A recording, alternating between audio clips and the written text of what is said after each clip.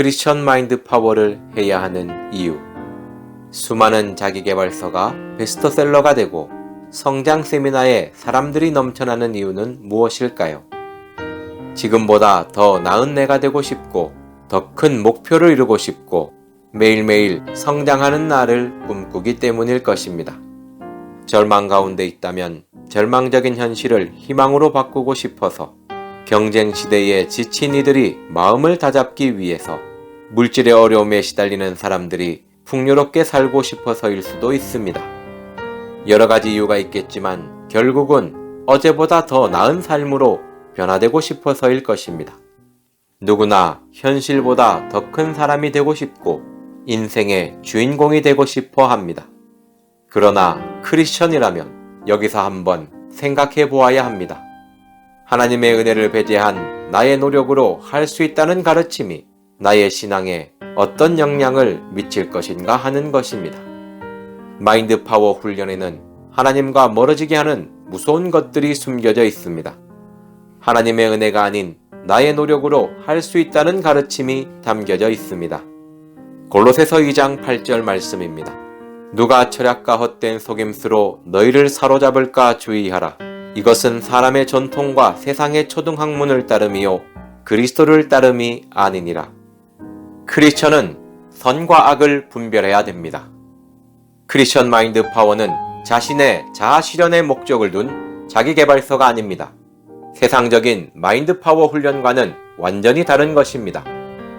자기계발서는 내가 습관을 기르고 발전시켜서 어느 순간 더 나은 내가 되는 것에 목적을 둡니다. 그러나 크리스천 마인드 파워는 하나님의 거룩하심을 닮아가는 은혜의 훈련입니다. 모든 크리스천은 자신의 마음을 강하고 담대하게 만들어야 합니다.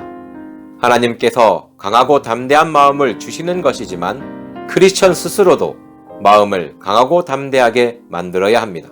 내가 만들어가는 것 같이 보이지만 하나님이 주신 것을 잃어버리지 않고 키워나가는 것입니다.